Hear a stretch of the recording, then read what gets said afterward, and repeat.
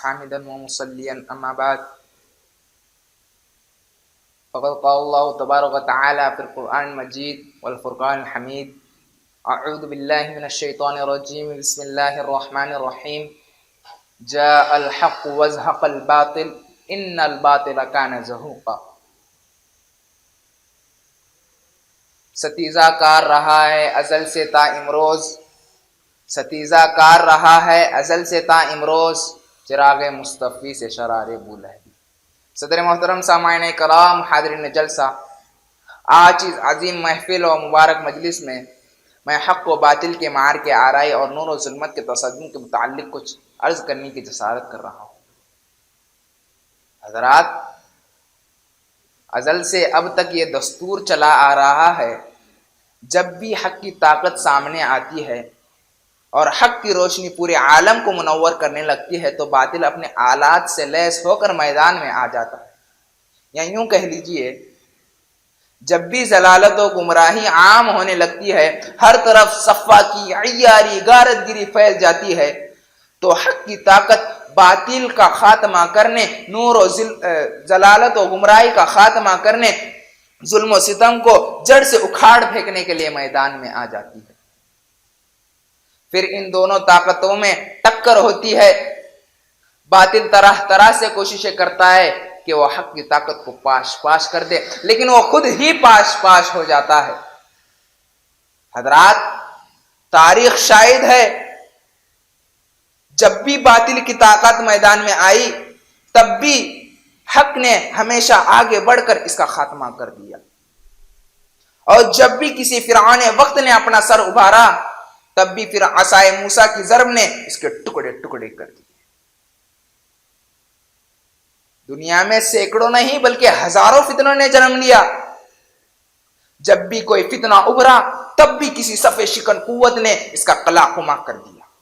تاریخ ہمیں بتاتی ہے، واقعات اس بات کی شہادت دیتے ہیں کہ فتنے ارتداد کو کچلنے کے لیے سیدنا ابوبکر صدیق رضی اللہ عنہ، خارج کو ختم کرنے کے لیے حضرت علی رضی اللہ عنہ، بنو امیہ کے مظالم کو مٹانے کے لیے عمر بن عبدالعزیز رحمۃ اللہ علیہ، فتنے خلق قرآن کو فروغ کرنے کے لیے امام احمد بن حنبل رحمۃ اللہ علیہ کے فتنے اعتزال کے لیے ابو الحسن اشعری رحمۃ اللہ علیہ، فلسفہ یونان کے الحاد کے لیے اور امام غزالی رحمۃ اللہ علیہ،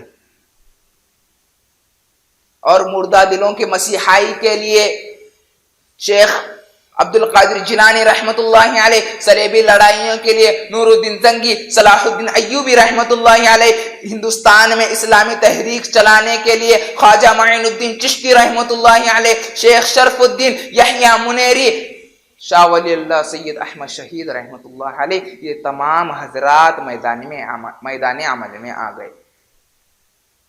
ان بزرگوں نے اسلام میں نئی قوت و حرکت اور مسلمانوں میں نئی زندگی اور نیا ایمان پیدا کر دیا. یہ افراد علمی، ذہنی، اخلاقی، روحانی ہر اعتبار سے اپنے زمانے کے ممتاز ترین افراد تھے. طاقتور و دلاویز شخصیتوں کے مالک تھے. جاہلیت و ضلالت کی ہر نئی ظلمت کو ختم کرنے کے لیے ان کے پاس کوئی نہ کوئی ید بیضا ضرور تھا. حضرات، اسلام میں جس نے بھی رخنہ پیدا کیا، اسلام کی تعلیمات کے خلاف جس نے بھی آواز اٹھائی، حق کے مقابل جو بھی نبرد آزما ہوا، آج ان کا حشر دنیا والوں کی نگاہوں سے پوشیدہ نہیں ہے. تاریخ کے اوراق میں ان کا انجام آج بھی دیکھا جا سکتا ہے. ان کی آواز دبا دی گئی، باطل کو چکنا چور کر دیا گیا، ان کے قلعوں کو منہدم کر دیا گیا. ان کے بالمقابل آج بھی حق اسی طرح جس طرح پہلے تھا زندہ اور زندگی بخش ہے، تانبا و درخشاں ہے. حضرات، اسی طرح اسلام کی روشنی کو ختم کرنے کے لیے تاتاریوں نے بے شمار مسلمانوں کو قتل کر دیا. اسلامی ہزاروں تصانیفات کو ضائع کیا. اسپین میں ایک نہیں دو نہیں بلکہ 13 لاکھ مسلمانوں کو جلا دیا گیا، ان کی 70 لائبریریوں کو تباہ کر دیا گیا، قرآن کے بہت سے نسخے دریا برد کر دیے گئے، اسلام میں ایک نہیں بلکہ ہزاروں بے شمار حملے ہوئے۔ مسلمان کو زندگی سے بے دخل کرنے کے لیے، مسلمانوں کو زندگی سے بے دخل کرنے کے لیے تاتاریوں کا حملہ کافی تھا، صلیبیوں کی یورش کافی تھی۔ میں آپ سے پوچھنا چاہتا ہوں، کیا اس کے باوجود بھی حق مٹ گیا؟ کیا اس کے باوجود بھی اسلام ختم ہو گیا؟ کیا اس کے باوجود بھی ان کے علوم و فنون ختم ہو گئے؟ کیا اس کے باوجود بھی مسلمانوں کی تعداد میں کچھ کمی بیشی ہو گئی؟ کیا اس کے باوجود بھی ان کے روایات و اقتدار ختم ہو گئے؟ نہیں، بالکل نہیں۔ تاریخ ہمیں بتاتی ہے کہ اسی بادل کے نرگے میں حق کے حامی کھڑے ہو گئے اور صنم خانے سے انہیں حق و اسلام کے پاسماں مل گئے۔ شاعر اقبال نے ان کے طرف اشارہ کرتے ہوئے فرمایا، ہے عیاں یورش تاتار کے فسانے سے، ہے عیاں یورش تاتار کے فسانے سے، پاسباں مل گئے کعبے کو صنم خانے سے۔ لیکن دوستوں، آج مسلمان کی حالت پھر سے ناگفتہ بے ہے۔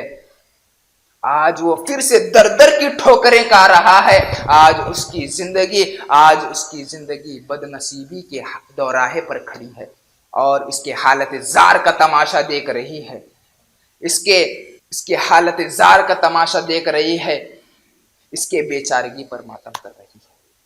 ایک آخری شعر کہہ کر میں اپنی بات کو مکمل کرنا چاہوں گا۔